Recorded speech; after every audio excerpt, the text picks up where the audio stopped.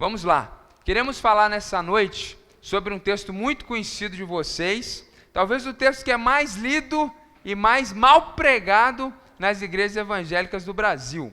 Malaquias capítulo 3. O tema da nossa pregação hoje é Malaquias 3 como você nunca viu. Você vai se surpreender nessa noite. Malaquias capítulo 3. Muitos pastores sabem exatamente o que nós vamos pregar aqui, mas têm um medo de pregar isso para as suas ovelhas, porque são tantas vozes pregando de uma forma diferente, que eles ficam com medo. Outros realmente estão na ignorância e pregam de forma equivocada, porque não têm conhecimento. E tem aqueles que são lobos devoradores, que vão usar do texto para abusar e para tirar dinheiro do povo. Então, ao ouvir esse sermão, você vai perceber que, possivelmente, você ouviu um pastor, um pregador, falando uma coisa, falando algo desse texto, que não tem realmente um sentido bíblico, que eles extrapolaram ao texto, que eles usaram o texto por um pretexto. E aí eu não quero que você xingue eles automaticamente de falsos profetas, de ladrões, porque alguns realmente não tinham um entendimento, só estavam reproduzindo aquilo que ouviram. E queria salientar também que homens de Deus sérios nesse país têm pregado da mesma forma que eu vou pregar aqui, exatamente o que eu vou falar, mas esses homens não estão na televisão. Então, parece que não tem ninguém pregando dessa forma que eu vou pregar aqui nessa noite, mas tem muita gente de Deus pregando no Brasil a palavra de Deus de forma sincera, de forma correta. Nós vamos ler Malaquias, capítulo 3, a partir do verso 7. Desde o tempo dos seus antepassados, vocês se desviaram dos meus decretos e não lhes obedeceram. Voltem para mim e eu voltarei para vocês, diz o Senhor dos Exércitos. Mas vocês perguntam, como voltaremos? Pode um homem roubar de Deus? Contudo, vocês estão me roubando. E ainda perguntam, como é que te roubamos? Nos dízimos e nas ofertas. Vocês estão debaixo de grande maldição, porque estão me roubando. A nação toda está me roubando. Tragam o dízimo todo ao depósito do templo, para que haja alimento em minha casa. Ponham-me à prova, diz o Senhor dos Exércitos, e vejam se não vou abrir as comportas dos céus e derramar sobre vocês tantas bênçãos, que nem terão onde guardá-las. Impedirei que pragas devorem suas colheitas, e as videiras nos campos não perderão seu fruto, diz o Senhor dos Exércitos. Então todas as nações os chamarão felizes, porque a terra de vocês será maravilhosa, diz o Senhor dos Exércitos. Deus, a tua palavra está diante de nós, clara e cristalina, Senhor. Mas por muito tempo, tantas pessoas aqui ouviram de forma equivocada o ensinamento desse texto.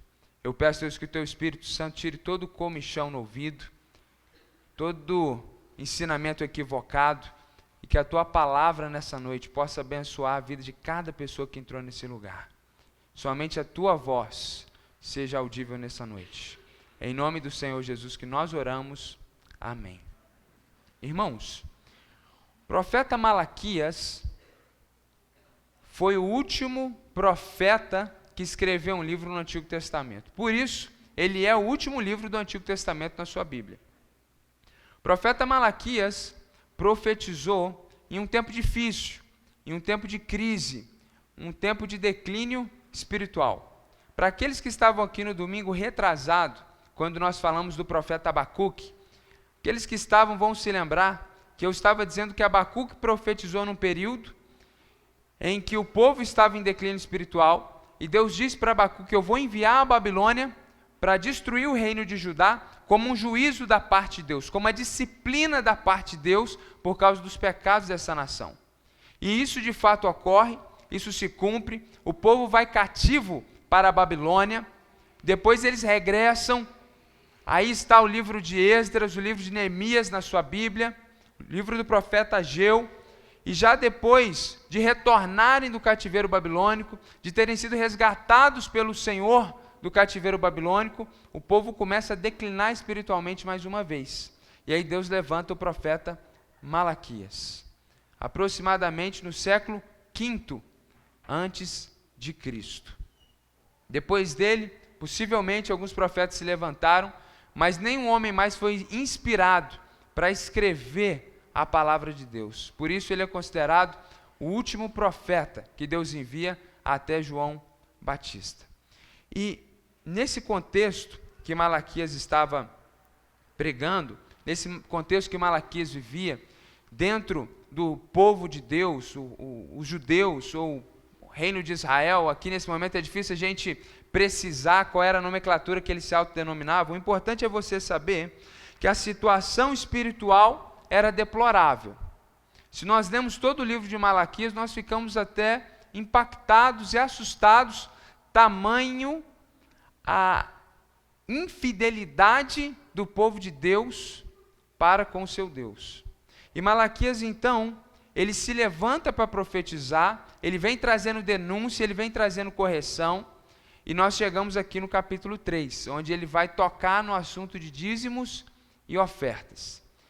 E antes de nós estudarmos esse texto, entrarmos, mergulharmos nesse texto, eu preciso lembrar você e ensinar para aqueles que não sabem, que esse povo de Deus, que Malaquias, enviado por Deus, está corrigindo, esse povo tinha feito um pacto com Deus. E eu queria ler com vocês alguns versículos rapidamente, que falam sobre esse pacto, para que a gente possa então ter uma compreensão exata desse texto. Nós vamos ler alguns versículos aí no livro de Deuteronômio, vai ser projetado para facilitar para você. Alguns versículos que são muito importantes. Deus tinha feito um pacto com esse povo, um pacto com essa nação, uma aliança, um contrato. E nós vamos ler algumas partes desse pacto. Deuteronômio capítulo 28, versículo 1 diz assim: Deus está dizendo, se vocês, a nação de Israel, obedecerem fielmente ao Senhor, o seu Deus, e seguirem cuidadosamente todos os seus mandamentos que hoje lhes dou, o Senhor, o seu Deus, os colocará muito acima de todas as nações da terra. Todas essas bênçãos, as que vão ser descritas depois, no capítulo, virão sobre vocês e o acompanharão, se vocês obedecerem ao seu Deus. O que segue depois disso é uma série de bênçãos que iria vir sobre a nação de Israel, se e tão somente se o povo fosse fiel a Deus. É uma bênção condicionada, ou bênçãos condicionadas, é um pacto, é uma aliança. Se vocês forem fiéis a mim, Deus está dizendo, eu vou abençoar dessa forma e dessa maneira. E um exemplo disso é o versículo 12. O Senhor abrirá o céu, o depósito do seu tesouro, para enviar a chuva à sua terra no devido tempo e para abençoar todo o trabalho das suas mãos. Vocês emprestarão a muitas nações e de nenhuma tomarão emprestado. Veja bem, esse povo está onde hoje é a Palestina ou a nação de Israel. É uma região, na sua maior parte, semiárida. Um lugar que depende muito das chuvas. Não é uma terra fértil, um lugar com muitos rios. Essa região só tem um rio, que é o Jordão, com poucos afluentes que parecem mais córregos.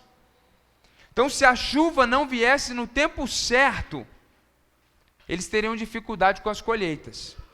E pensando em 2.500 anos atrás, onde o transporte, o comércio, era muito mais complexo que hoje, se você tem um problema com a chuva e a colheita vem menor do que o esperado, ou até você tem uma falha na colheita, a gente está falando de uma situação de fome. Nós estamos falando de uma situação de miséria. Então Deus está dizendo, olha, se vocês forem fiéis a mim, coloca o texto de novo, por favor. Se vocês forem fiéis a mim, o versículo 2 de Deuteronômio 28. Se vocês forem fiéis a mim, eu vou abençoar vocês. E aí ele escreve várias bênçãos, e uma das bênçãos é essa, eu vou abrir o céu. Aí você já pensa logo em quem abrir o céu. Você pensa um anjo descendo, você pensa em um pacote de bênção vindo do céu. Não espiritualize o texto, que não é para você espiritualizar. O próprio texto vai explicar o que é abrir o céu. Está escrito, eu vou enviar chuva à sua terra no devido tempo. Imagina 2.500 anos atrás, uma mentalidade um pouco mais primitiva, eles tinham essa ideia que o céu, quando não havia chuva, é porque o céu estava fechado. Então não caía água. Então Deus abriu o céu e vinha a chuva. Isso era uma das bênçãos que Deus estava prometendo. Eu vou fazer chover no tempo certo, para que todo o trabalho das suas mãos. Aqui o trabalho das suas mãos não é a empresa deles, é o trabalho das mãos, da lavoura. A chuva vai vir no tempo certo e a recompensa de você lavrar a terra vai vir sobre vocês, se vocês forem fiéis. E aí tem um outro lado desse pacto. Próximo versículo, por gentileza. Entretanto, se vocês não obedecerem ao Senhor, ao seu Deus, e não seguirem cuidadosamente todos os seus mandamentos e decretos que hoje lhes dou, todas estas maldições cairão sobre vocês e os atingirão. Ou seja, se vocês forem fiéis, muitas bênçãos virão sobre vocês. Se vocês forem infiéis, Deus vai amaldiçoar vocês. Não porque Deus é maldoso e estava doidinho para eles fazerem coisas erradas para amaldiçoá-los. Porque através das maldições, eles poderiam então ser disciplinados e voltarem para o Senhor. Esse era o propósito de Deus quando assim revelou esse pacto. E aqui alguns exemplos de maldições que poderiam vir sobre eles caso eles andassem de forma pecaminosa diante de Deus. Vocês semearão muito em sua terra, mas colherão bem pouco, porque gafanhotos devorarão quase tudo. Plantarão vinhas e as cultivarão, mas não beberão vinho, nem colherão as uvas, porque os vermes a comerão. Versículo 39. Desculpa, nós já lemos. Veja, Deus está dizendo, se vocês forem infiéis, eu vou enviar pragas, eu vou enviar gafanhotos, que vai comer a lavoura de vocês. Vocês vão trabalhar muito, vocês vão preparar, e na hora de colher a uva vai estar ruim. Vocês não vão conseguir fazer vinho. Se vocês forem fiéis, Deus vai amaldiçoar o trabalho de vocês. Essa era a aliança de Deus com a nação de Israel. Esse era o pacto que eles tinham. E o que está acontecendo com o profeta Malaquias? O povo estava justamente descumprindo as leis de Deus, vivendo um declínio espiritual, uma crise ética, uma crise espiritual, desfazendo tudo aquilo que Deus desejava. Não estavam cumprindo o que Deus tinha ordenado. E aí o profeta Malaquias, então, nesse contexto de desobediência, vem então profetizar. Então vamos para o texto lá de Malaquias, vamos voltar para o texto, Malaquias capítulo 3, é muito interessante a gente perceber que aqui o texto vai nos dar indícios de como eles estavam distantes de Deus. Vamos começar no versículo 7. Desde o tempo dos seus antepassados, vocês se desviaram dos meus decretos e não lhes obedeceram. Ou seja, Deus começa dizendo o seguinte, vocês não são réus primários. Vocês sempre me desobedecem. Desde o tempo dos pais de vocês, vocês sempre se desviam. E aqui Deus estava trazendo à memória deles o que o profeta Abacuque tinha profetizado, como nós vimos aqui há 2 semanas. Deus tinha levado eles para o cativeiro babilônico, um sofrimento terrível, para exortá-los, para discipliná-los. Deus é misericórdia, Deus traz eles de volta. E o que ocorre? Eles estão novamente pecando contra o Senhor, vivendo de uma forma equivocada diante do Senhor. Então, Deus está lembrando para eles como eles são pecadores, como eles são terríveis. E eles estavam fazendo muitas coisas equivocadas, mas Deus vai tocar num ponto sensível, que é o ponto dos dízimos e das ofertas, que é somente um dos mandamentos que eles não estavam cumprindo, entre tantos outros. Veja o versículo 8.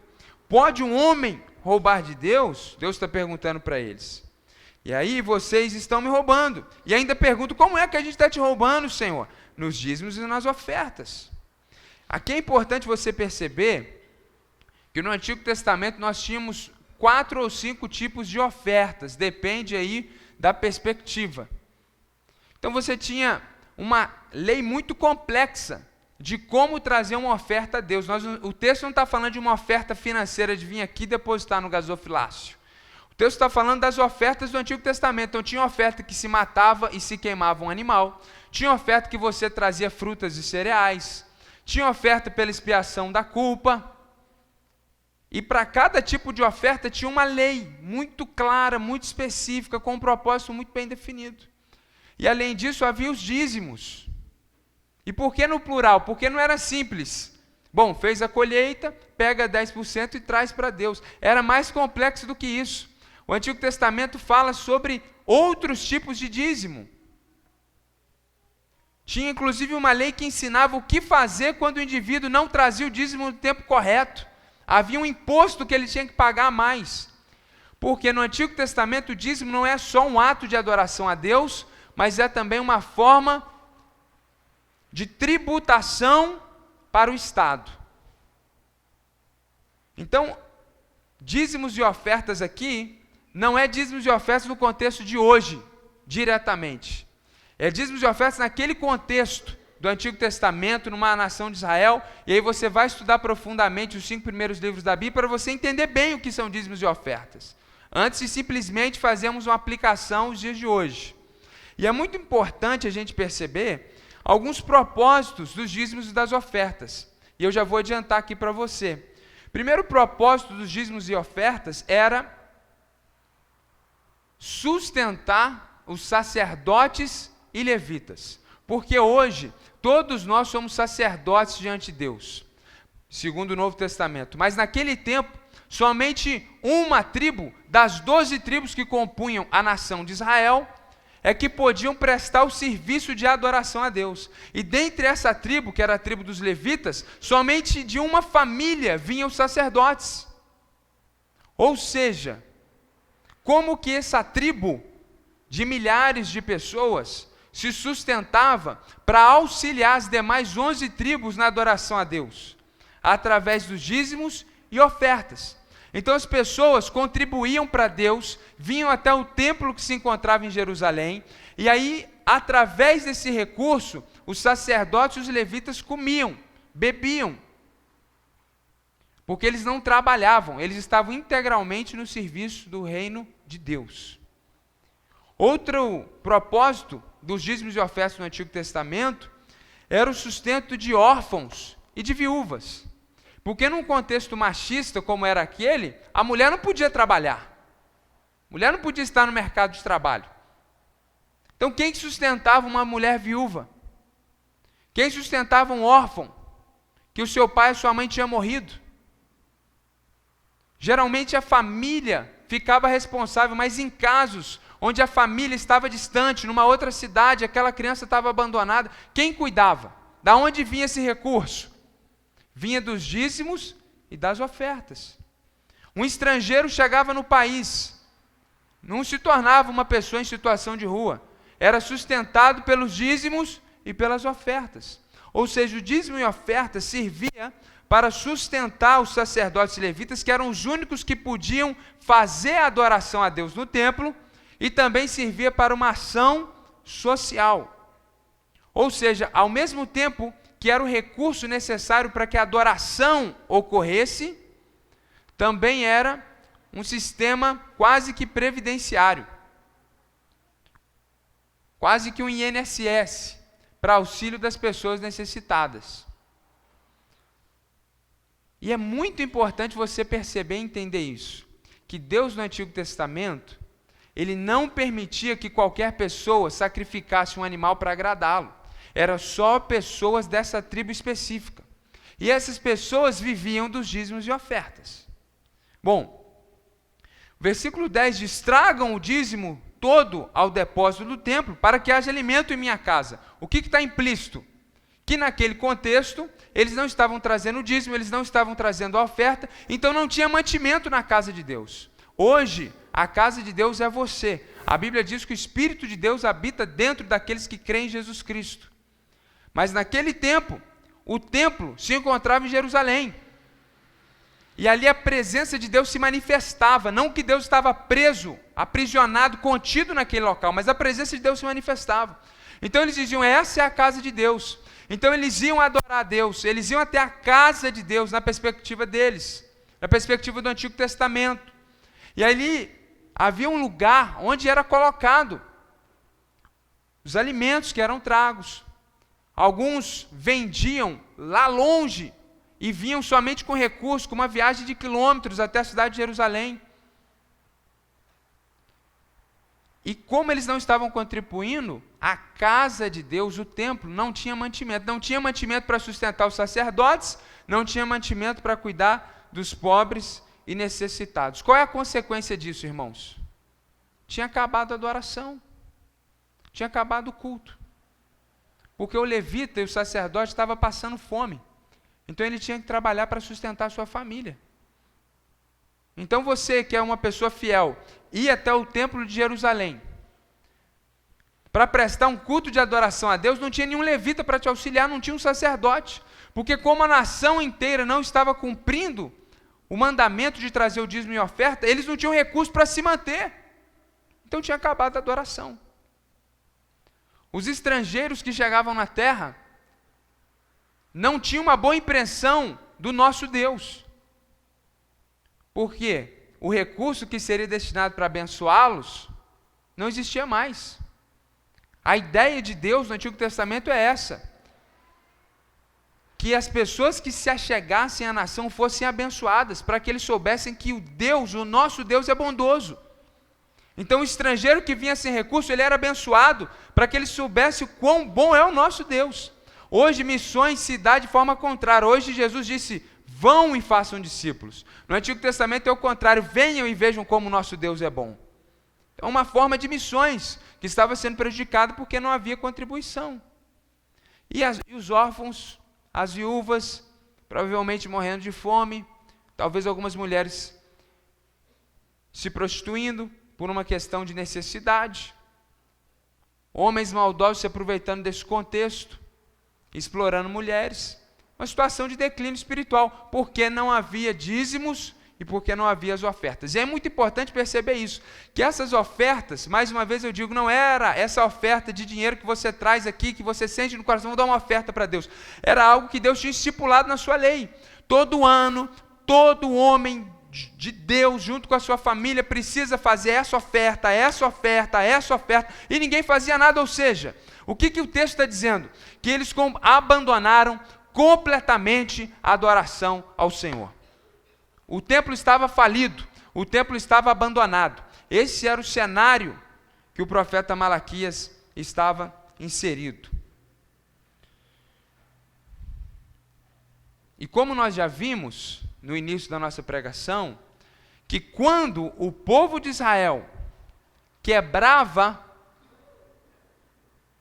o pacto com Deus, Deus os amaldiçoava ao invés de os abençoar. Como nós vimos lá em Deuteronômio capítulo 28. Então nós vemos aqui, no versículo 9, vocês estão debaixo de grande maldição. É o que nós vimos lá em Deuteronômio 28. Se vocês não cumprirem, vocês vão ser amaldiçoados. Então o profeta Malaquias não está trazendo uma profecia nova. Ele está simplesmente olhando para Deuteronômio capítulo 28 e aplicando a realidade daquele povo. Veja comigo o versículo 10. Tragam o dízimo, todo o depósito do templo, para que haja alimento em minha casa. Ponham-me à prova, diz o Senhor dos Exércitos, e vejam se não vou abrir as comportas dos céus e derramar sobre vocês tantas bênçãos. O que é abrir a comporta dos céus? Chuva. Não havia chuva. E naquele contexto onde eu também vivi, quando não chove, você tem escassez de verdade. O país era pequeno. Não é como no Brasil que você tem uma safra boa, uma safra ruim, mas não falta comida, porque o nosso país é grande, porque tem lavoura em vários lugares, porque você tem uma variedade de alimentos. Naquele contexto tão limitado, se não havia chuva, eles estavam em escassez, e Deus então estava amaldiçoando eles, impedindo que a chuva viesse, porque Deus estava disciplinando eles no desejo que eles voltassem para Deus. Então nós vemos as consequências do pecado daquele povo. E não só a falta de chuva, que fica implícito aqui, como também implicitamente está no versículo 11, que pragas estavam vindo sobre as plantações. Impedirei que pragas devorem as suas colheitas, porque é exatamente isso que estava acontecendo. E essas pragas vinham não da parte do diabo, mas vinham da parte de Deus. As traduções mais antigas, clássicas, trazem a palavra devorador. São as pragas, são os gafanhotos, são os animais, os insetos que comiam e que destruíam a plantação. Essa era a consequência que o povo estava vivendo por causa dos seus pecados. E aí Deus usa o profeta Malaquias para chamar esse povo ao arrependimento. Então, no versículo 7, como nós já vimos, principalmente no seu final, Deus está dizendo através do profeta Malaquias: voltem para mim, e eu voltarei para vocês, diz o Senhor dos Exércitos. E aí você pensa, Deus então tinha abandonado eles, é por isso? Não, não é isso. Veja comigo o versículo 6. De fato, eu sou o Senhor, não mudo.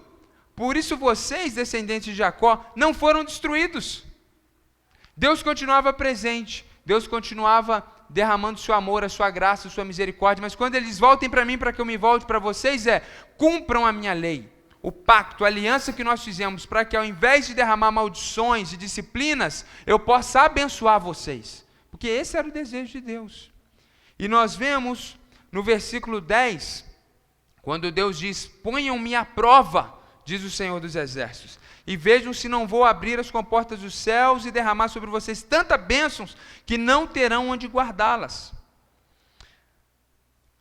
Algumas traduções nesse versículo são muito danosas, outras são muito positivas.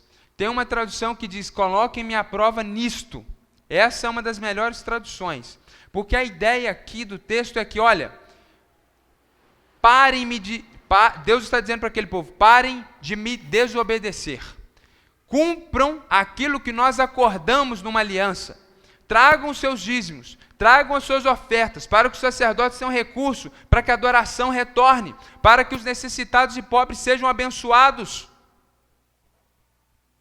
E quando vocês fizerem isso, é como se vocês, Deus está dizendo, é como se vocês estivessem fazendo um teste, me colocando em prova. E aí vocês vão ver com essa atitude como que eu vou abrir as comportas do céu.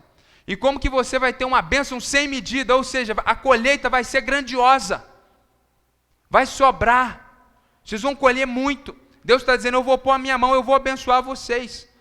Então, quando o texto diz para provar a Deus, não é em tudo, qualquer coisa, é provar nisso, em obedecer a Deus. Então, o que Deus está dizendo é o seguinte: olha, se vocês não creem mais que eu posso fazer, façam um teste, me obedeçam, como vocês já me obedeceram no passado, vocês não vão ver se eu não vou abençoar a vida de vocês.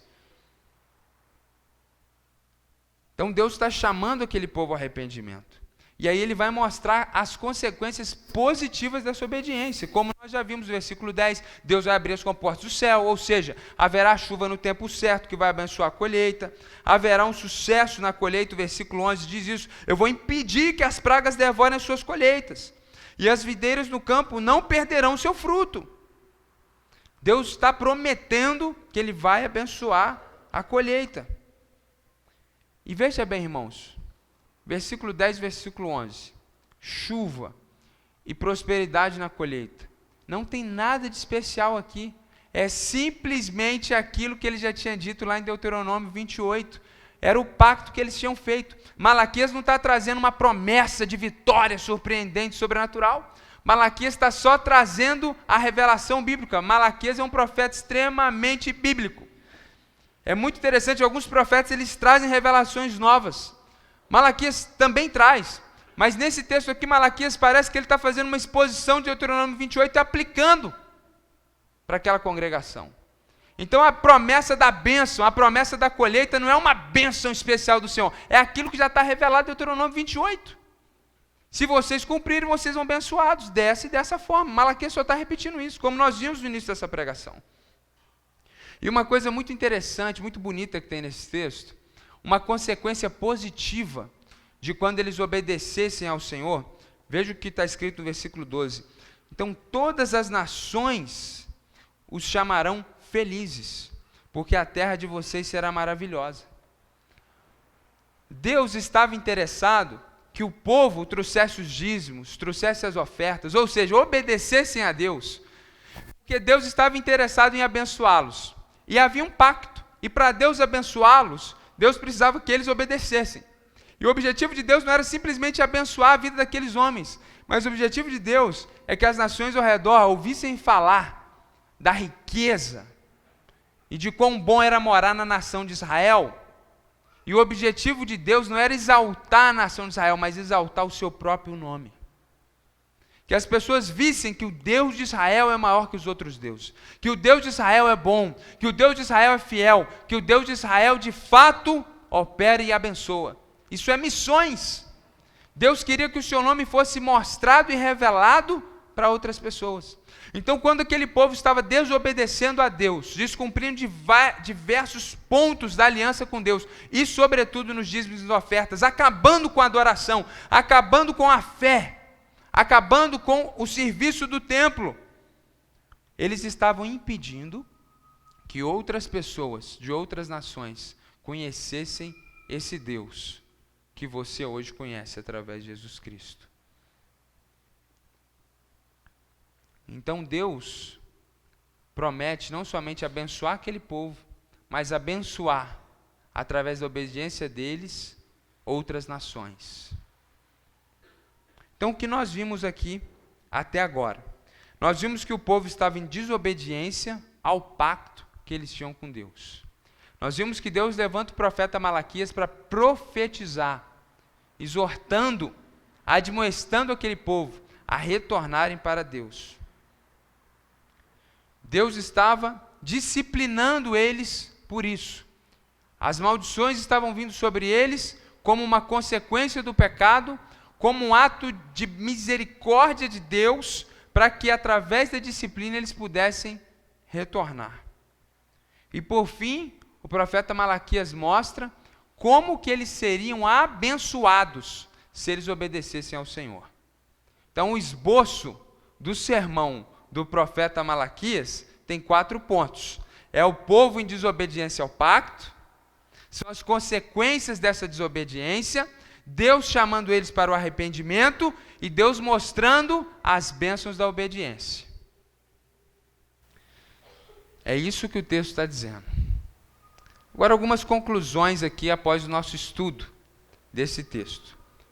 Primeiro, se você não trouxer o seu dízimo aqui, o devorador, aquele demônio, não vai acabar com a sua vida. Você vê base bíblica para isso aqui, irmãos? Se você não trouxer o dízimo, não existe um demônio chamado devorador que vai te matar. Não existe. Pode dar glória a Deus aí, irmão? Tira o jugo, meu amigo. Tira o jugo. O jugo que colocaram sobre a sua vida, que tem um demônio chamado devorador. Aí existe todo um estudo da demoniologia para falar a casta desse demônio devorador. Aí uns vão falar que ele é da mesma casta do migrador, do cortador. Fazendo um link com Joel, irmãos. Não há base bíblica para isso. Não tenha medo de demônio chamado devorador. Aliás, você não deveria ter medo de nenhum demônio, porque aquele que está em você é mais forte do que está no mundo. Deus não nos chamou para um espírito de covardia, de medo, mas o espírito que está em nós é um espírito de poder. Então você não precisa viver sobre medo, sobre o jugo da lei. Você está justificado. Deus olha para você e vê uma pessoa justa, uma pessoa aceita pela fé em Cristo Jesus. Essa é a primeira conclusão que a gente traz aqui nessa noite. Esse texto não te permite colocar Deus na parede. Quanta gente eu vi pregar, e eu confesso, irmãos, eu mesmo já preguei isso. Eu confesso aqui o meu pecado. Eu mesmo, na época da ignorância, preguei isso. Traz o seu dízimo aqui. É assim que eles fazem, eles mudam a voz. Eu também sei fazer, porque eu fazia também, mas Deus me salvou. E aí quando você trouxer o seu dízimo nesse lugar, você pode fazer prova, você coloca a Deus, você diz, Senhor, eu trouxe meu dízimo, então eu quero a minha bênção, Senhor. E eu não desisto até o Senhor me abençoar, porque a tua palavra diz que eu posso te colocar à prova, Senhor. E aí você começa, psicologicamente, colocar Deus na parede. É só psicologicamente, irmãos, porque espiritualmente, eu acho que Deus, se Deus sorrir, é o momento que Ele dá gargalhadas. Porque eu fico com vontade de rir quando a minha filha fica brava comigo. Ela faz uma coisa errada, eu disciplino ela, e ela fica nervosa, ela quer brigar comigo, e por dentro eu fico me segurando, eu quero rir. Aquele pedaço de gente, aquele projeto de ser humano, querendo brigar, querendo me convencer, exigindo. E aí nós, que somos um nada diante daquele que é, diante de Deus, a gente quer exigir coisa de Deus. Quão triste é a pregação da teologia da prosperidade. Ensina o que não é bíblico e traz para o ser humano a ilusão de que ele é alguma coisa, que ele pode exigir algo de Deus. Então esse texto não está falando que se você der o seu dízimo, você pode fazer uma prova com Deus, ou seja, Senhor, eu estou com aquela enfermidade lá, então estou trazendo meu dízimo, eu quero agora, Senhor, vai ter que acontecer. Quanta gente está decepcionada com Deus, quanta gente está fora da igreja de Cristo, porque estão tristes, porque contribuíram, porque fizeram, porque aconteceu e nada aconteceu. Agora a questão é, quem te prometeu não foi Deus, quem te prometeu foram os falsos mestres. Então vai brigar com eles, sai da igreja dele, não sai da igreja de Jesus. Jesus não te prometeu nada que ele não vai cumprir. E é interessante isso, porque os falsos mestres ensinam coisas equivocadas. As pessoas, ao invés de ficar bravas com essas pessoas, eles têm medo dessas pessoas porque elas são autoridades espirituais. Isso merece outra pregação. Irmão, a nossa autoridade espiritual é Cristo Jesus. Ele é o nosso sumo pastor e somos todos ovelhas. Não macacos, ovelhas. Existe respeito à liderança. Não existe esse negócio de autoridade espiritual, temor. Mas isso é para outra pregação. Então, esse texto não te dá base para você colocar Deus na parede. Cuidado. Deus é Deus. E tem hora que Ele resolve dar uma palmadinha para disciplinar você. Então não fica cantando de galo com Deus achando que você é alguma coisa. Outra aplicação desse texto. Dízimo não é apólice de seguros. Quantas vezes você ouviu isso? Que se você der o seu dízimo, ladrão não vai te roubar, a sua empresa vai prosperar, você não vai perder o emprego. O que ocorre? Você perde o emprego, você é assaltado. É óbvio que o que eles ensinam é mentira.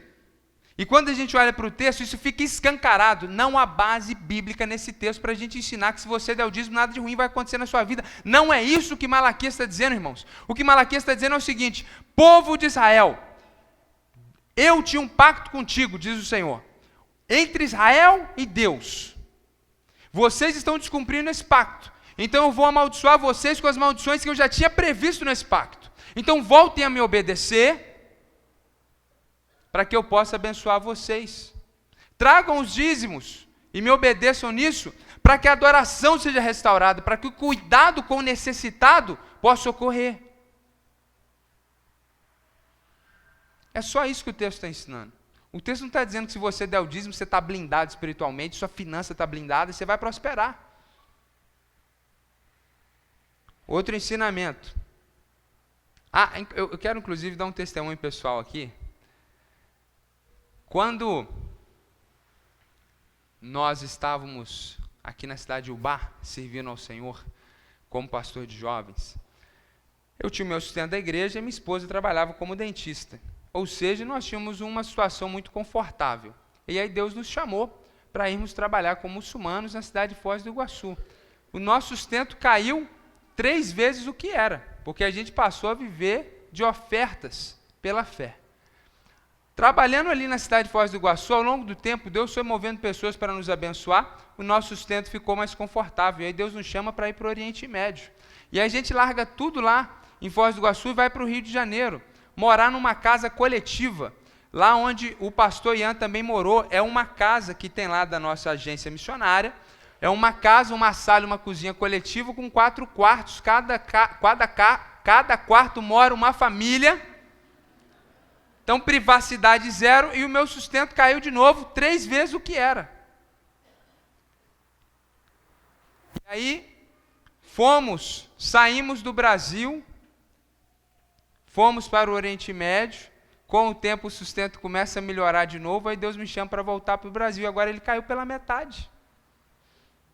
Sempre entregando dízimo, sempre entregando oferta, pastor, missionário, se isso vale alguma coisa para esses caras, então estou acima deles, porque eu estava no Oriente Médio. Era para Deus me prosperar, era para eu estar com um Camaro amarelo ali, meu irmão. E aí meu sustento, ó, 50% a menos para a glória de Jesus. Por quê, irmãos? Porque esse negócio, que se você der o dízimo, você só vai, ó, subir. Isso é mentira. E veja, o meu sustento caiu 3 vezes porque eu estava obedecendo a Deus. O nosso pastor Ian, aqui comentou, era um major do exército brasileiro, hoje é missionário, obedecendo o mais sublime dos chamados que Deus pode dar para alguém, mais sublime das vocações. Eu não vou nem fazer a matemática de quanto ele deixou de ganhar, para ele não ficar triste ali atrás. Então vamos prosseguir. Outro ensinamento que a gente vê aqui nesse texto, por inferência, que oferta não é investimento.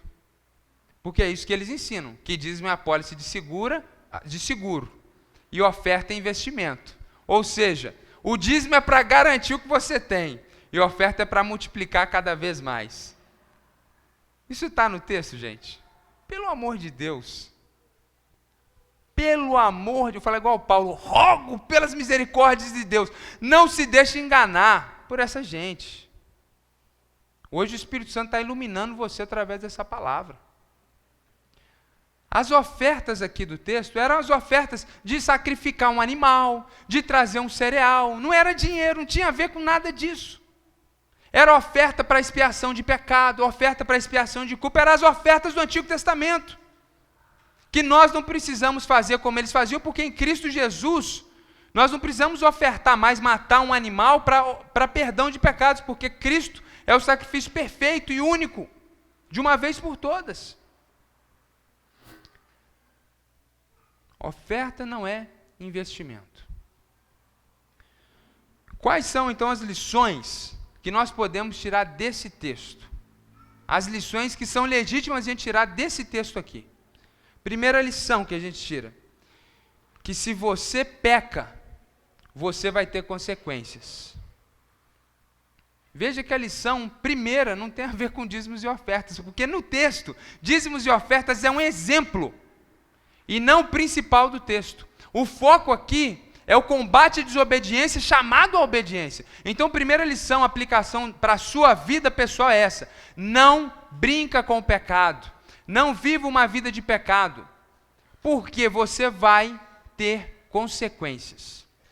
Primeiro são consequências naturais. Se você gosta de dar uma fugidinha no seu casamento, você vai enfrentar as consequências da desgraça, da falência do seu casamento, problema com filho, problema com esposa, problema com família. Isso é uma consequência natural. Deus nem entrou na história ainda que Ele soberanamente governe sobre todas as coisas, mas são consequências naturais. Se você é gastador, olha, e tem que comprar, você vai ter consequência financeira, você vai ficar mal, você vai ficar apertado, seu nome vai ficar sujo, porque você não administrou bem. Se você é mentiroso, você vai ser envergonhado. Se você é mal educado, você vai morrer sozinho, depois precisa de psicólogo, está ali a Vanessa Rabelo para te ajudar. Se você é grosso, uma porteira, pecado, traz consequência para a sua vida. Então, esse é o primeiro ensinamento que nós temos aqui muito claro. Você vê aquele povo, ao invés de fazer a vontade de Deus, dá dízimo para quê? Oferta para quê? Ir lá matar um animal para pedir perdão. O povo tinha ignorado. Que pobre, que se explodam os pobres. Eu quero viver. É isso que eles pensavam. Estavam preocupados com viúva, com órfão. Eles não queriam trazer dízimo, não queriam contribuir com isso. Eles queriam viver para o seu bel prazer. E qual era a consequência então? Qual foi a consequência? Deus fechou os céus. Deus enviou pragas para comer então a sua riqueza. Então Deus estava disciplinando eles. Então não viva como aqueles israelitas viveram. Uma vida de pecado.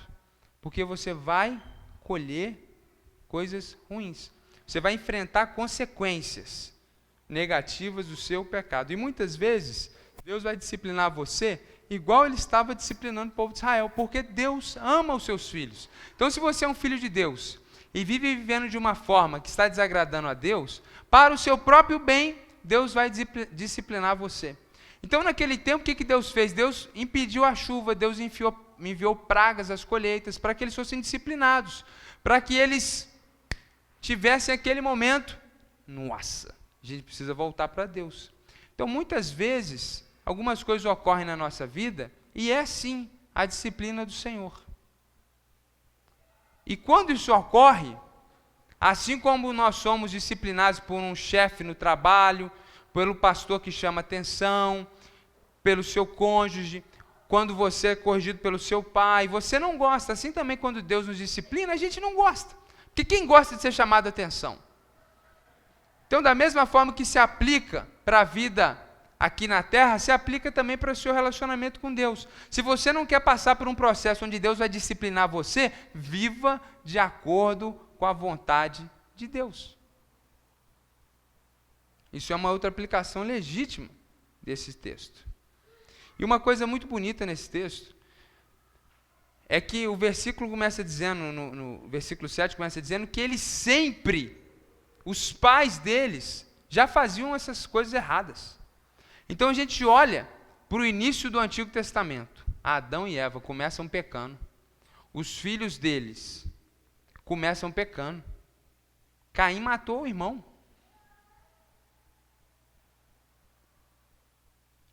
E aí a história do Antigo Testamento é uma história de pecado, de desobediência, de Deus disciplinando. E o Antigo Testamento termina da mesma forma.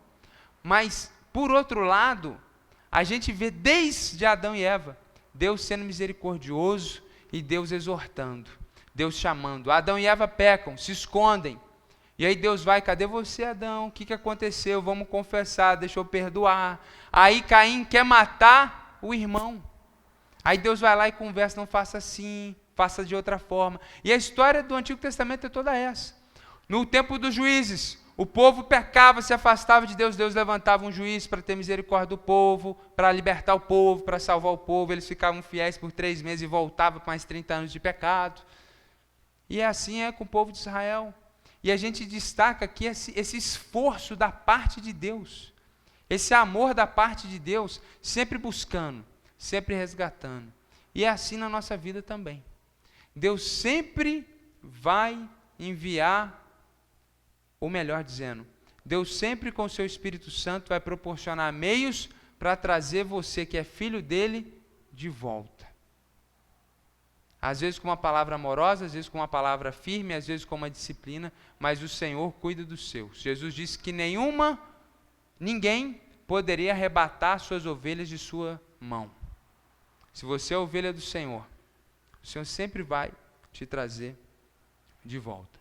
Romanos 8, 28 diz isso. Todas as coisas cooperam para o bem daqueles que amam a Deus. Ou seja, tudo o que ocorre na sua vida, se Deus é soberano como cremos que é, ou Deus está te aperfeiçoando, ou Deus está te disciplinando. Deus não deu as costas para você. E na sua vida financeira, não é simplesmente se você dá o dízimo ou se você dá a oferta. Tem a ver primeiro com a bondade e com a misericórdia de Deus. Tem a ver com propósitos múltiplos do Senhor. Então, queridos, eu finalizo dizendo o seguinte: você precisa contribuir financeiramente para o reino de Deus se você é alguém que faz parte do reino de Deus? Sim. Você precisa contribuir liberalmente e periodicamente? Sim. Nós vamos pregar sobre isso domingo que vem, pela manhã e à noite. Então, o ideal para você compreender todo o pensamento sobre dízimos e ofertas é você estar presente, como está hoje à noite. Aqueles que ouviram o meu sermão de domingo pela manhã passado vão ter uma compreensão ainda melhor. E nos próximos domingos, pela manhã e à noite, onde você vai ter um panorama completo sobre essa perspectiva de dízimo e oferta, de uma perspectiva correta e uma perspectiva bíblica. O objetivo aqui nessa noite é desmistificar uma série de ensinamentos errados e trazer as lições que são corretas nesse texto. Então nós temos que contribuir sim, nós temos que ter liberalidade sim, mas nós não vamos usar a palavra de Deus para enganar você, para obrigar você, para convencer você pelo medo, porque essa obra não é minha. Se essa igreja fosse minha, era isso que eu ia fazer. Mas como essa igreja pertence a Jesus, e esse é um projeto de Deus, a gente prega a palavra de Deus e Ele cuida de todas as coisas. Então a lição desse texto para você é: não viva uma vida de desobediência. porque isso trará consequências para você. Pelo contrário, seja obediente a Deus. E assim como, se aquele povo fosse obediente, as outras nações iriam ver que o Deus deles é bom. Quando você vive uma vida de obediência a Cristo, as pessoas que estão ao seu redor veem que o seu Deus é real. Porque quando elas veem a sua obediência em coisas pequenas, em coisas simples, a sua fidelidade a esse Deus invisível, mas ele vê esse Deus de forma palpável e visível através da sua obediência, eles podem saber que esse Deus é real. E que não é só ser evangélico, mas de fato vale a pena seguir Jesus. Vamos orar.